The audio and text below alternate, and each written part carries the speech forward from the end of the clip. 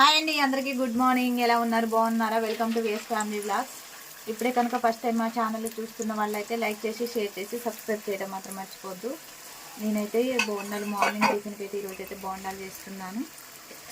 ఈరోజు దీనికోసం అయితే పల్లీలు అయితే రెడీ పెట్టుకున్నాను. పల్లీ చట్నీ ఇంకా బోండాలు అయితే చేసేస్తున్నాను. ఇదిగోండి, చేసేసాను ఆల్రెడీ సగం వరకు.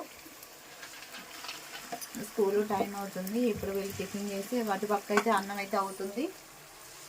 ఇంకా కర్రీ చేయాలి. డాబా మీద పాలకూర ఉంది, పాలకూర కోసుకొని వచ్చి కర్రీ చేయాలి. ఇదండి వ్లాగు.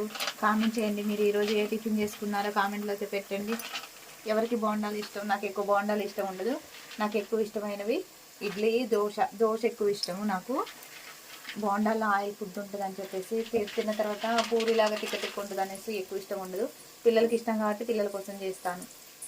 సో ఇప్పుడే కనుక ఫస్ట్ టైం మా ఛానల్ చూస్తున్న వాళ్ళైతే లైక్ చేసి షేర్ చేసి సబ్స్క్రైబ్ చేయడం మాత్రం మర్చిపోకండి. Thank you.